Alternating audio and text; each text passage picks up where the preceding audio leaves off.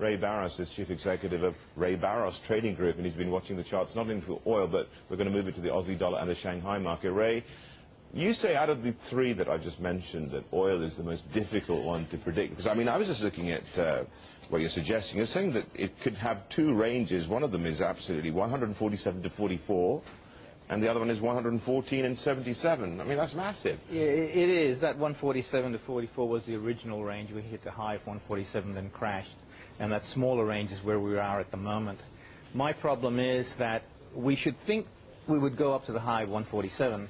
But given the context, we've got a possibility of double-dip recession in the States and so on and so forth, that should bring oil prices down. So for me, it's a guess. It can go either way. Well, that's no good, is it, Ray? Yeah. I mean, come on, you've got to do better than that. I mean, what are the key levels? We must have some of the key levels that we're looking at when it comes to WTI, let's say. Yeah, well, we're at the top end of the range. It's about 114 to about 109 is a sell level.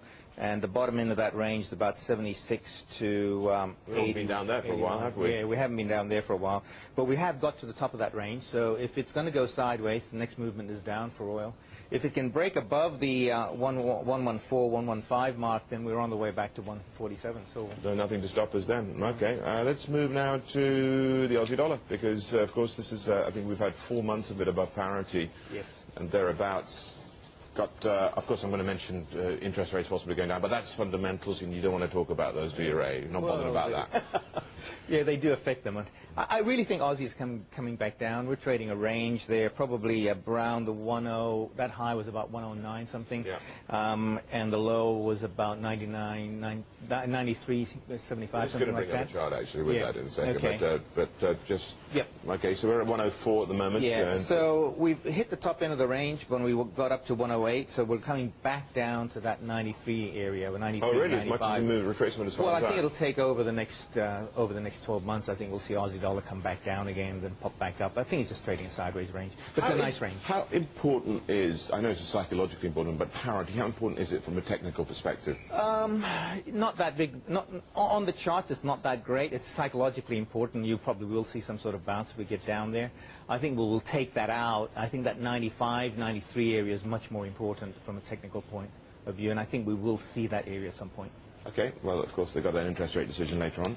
Let's talk about Shanghai Composite now. Now, you say it's the easiest out of the three to guess. You know, what's the rationale there? Well, it's actually broken down, and so the levels are very, very easy for me to say, okay, we know we have definite levels whether it's going higher or lower.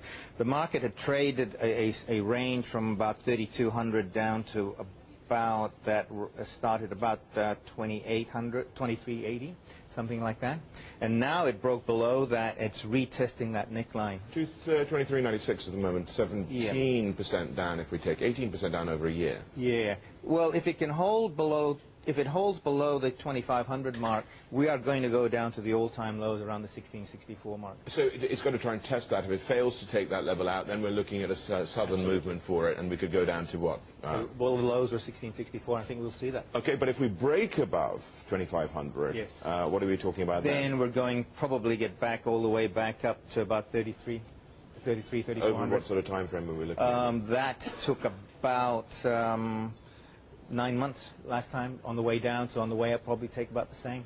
I actually favor the downside on China. I think we're not going to take out that critical support resistance level, and I think we're going down to 1660. Wow. Okay, that's quite a call, Ray. Yeah. All right. Tell me a little bit also, because as you're talking about the Spanish bond auction, how are you looking at that? Well, I think Spain's in big, big trouble. I think you're going to see the EU come in and have to bail out their financial system. I think it's just a question of time. It's only a question of how they do it and when they do it. You can't really do technical analysis on that, can you? No, but you form Austrian background, Austrian economic background, so that's what I use for context. And I think that there is no question in the world that is, to me, going to happen. It's only a question of when, not if. Tell me what the Barroso swing is exactly. I know it's not a dance. But, yeah, it's not. It's really just a filter. People use moving averages and so on, and the problem with moving averages is that they're tied to a certain cycle. Barrow swings are dependent upon the price action. So, for example, the 18-period Barrow swing is defining the monthly trend. So higher highs, higher lows on the swing give you an uptrend. Lower lows, lower highs give you a downtrend. So the advantage of that is that you're not dependent upon any fixed cycle. You're dependent upon price action, which is my view, much better way of doing things. Ray, thank you very much indeed. Thanks for coming in. Ray Barros there. He's from the Ray Barros Trading Group.